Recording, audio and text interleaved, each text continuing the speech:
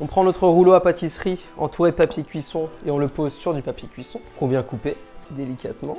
Et on vient ensuite faire des bandes sur le rouleau comme ceci. C'est important d'en faire beaucoup pour une bonne tenue. Et on vient mettre ça au frigo pendant au moins 30 minutes. Je vais faire une pâte à crêpes. On commence par la farine, les œufs, le sucre, le sel. On fait un premier mélange. On ajoute le lait.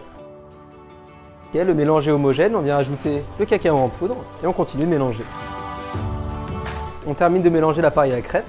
On filme comme ceci et on vient mettre au frais pendant au moins 30 minutes. Notre pâte à crêpes est bien froide. On vient la verser délicatement dans le moule.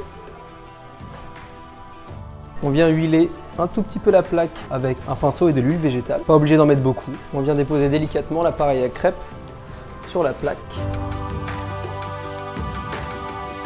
On décolle un tout petit peu les bords, faisant attention que ça ne brûle pas évidemment. On la retourne délicatement. On vient la décoller tout doucement et la déposer sur une assiette.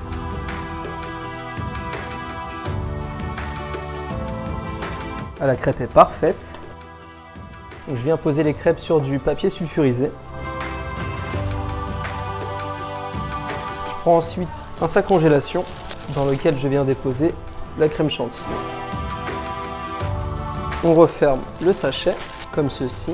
On vient couper et on étale partout sur la crêpe. On en met sur les trois et on étale avec la cuillère partout sur la crêpe de manière assez homogène.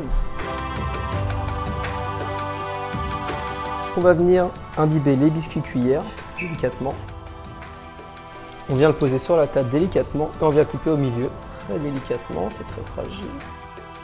On vient garnir de chantilly généreusement, on referme.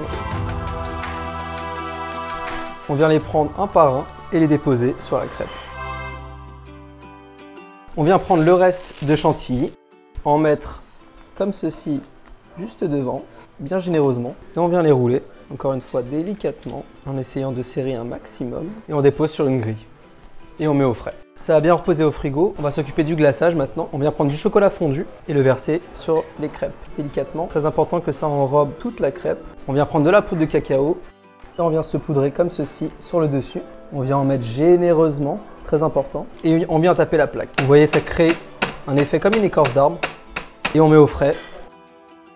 Donc on vient démouler notre tuile délicatement et on la dépose dans l'assiette. Magnifique. Et on dépose délicatement la crêpe dans la tuile. Oh, elle est magnifique. Et là, il ne me reste plus qu'à déguster.